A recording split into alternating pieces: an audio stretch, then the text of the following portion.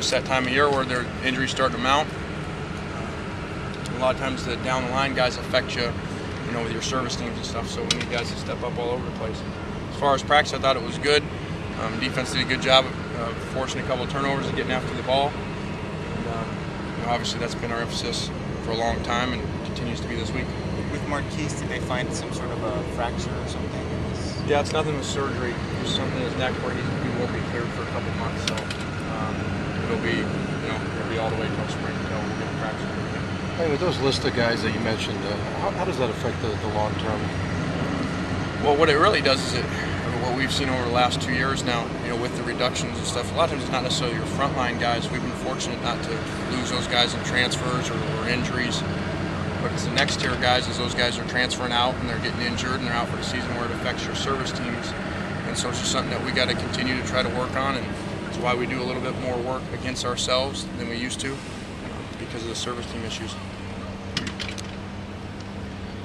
You had the guys in pads today. Last Wednesday you did not. Is that a conscious decision to try to, tackle them and so forth? Well, usually we do. We just were so banged up going into last Wednesday, and there were so many things that happened last Tuesday with guys that just was trying to keep guys off of the ground. Nothing really about a mentality. We still practiced physical, and then we're just hoping to push them through today and much little stuff again today, but I just thought it was important. Yesterday you talked about this being a point in the season after the fourth game and young guys where they should be. What's going on with George Farmer? Do you have any plans with him, and where's he at? Yeah, George is doing great for us. We've made a decision with George and his family to redshirt him because he was so far behind with some injuries and stuff early on, and really have had a great, really 3 weeks with him on the service team. He's played quarterback, he's played tailback, he's played receiver, and we've actually been putting him in the running back individual, and looks great there. So if that could work out, that's something we did before he got to Sarah, played running back, that would be real exciting. A guy that's a big guy, like give us a big physical guy, that one of the fastest guys in the country. So that would be exciting. So we're looking at that, as we look at that position, we're still lacking the game-making speed back there as we continue to see in games. How is Andre Walker faring back in tackle? Well, it's a tough transition. Unfortunately for him, we've been moving him back and forth, just trying to find a way to get him in there.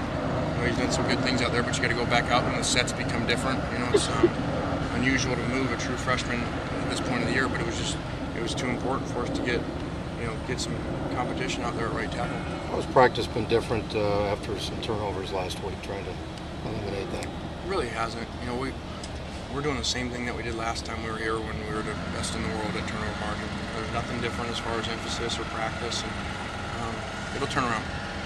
How's the attitude been on basically turning the page and putting that in the past and moving forward? Been great. Don't even talk about it. Guys have practiced well and prepared well, and this is a great challenge for us to come back home, get to 4-1 as you go into a bye. I think a lot of people would be happy with that. Nick Foles is 70% passing, no picks. How good is he right now? Yeah, it's really it's amazing. As you line up in this conference, how many great players there are. NFL quarterbacks, big, physical, strong-arm guys.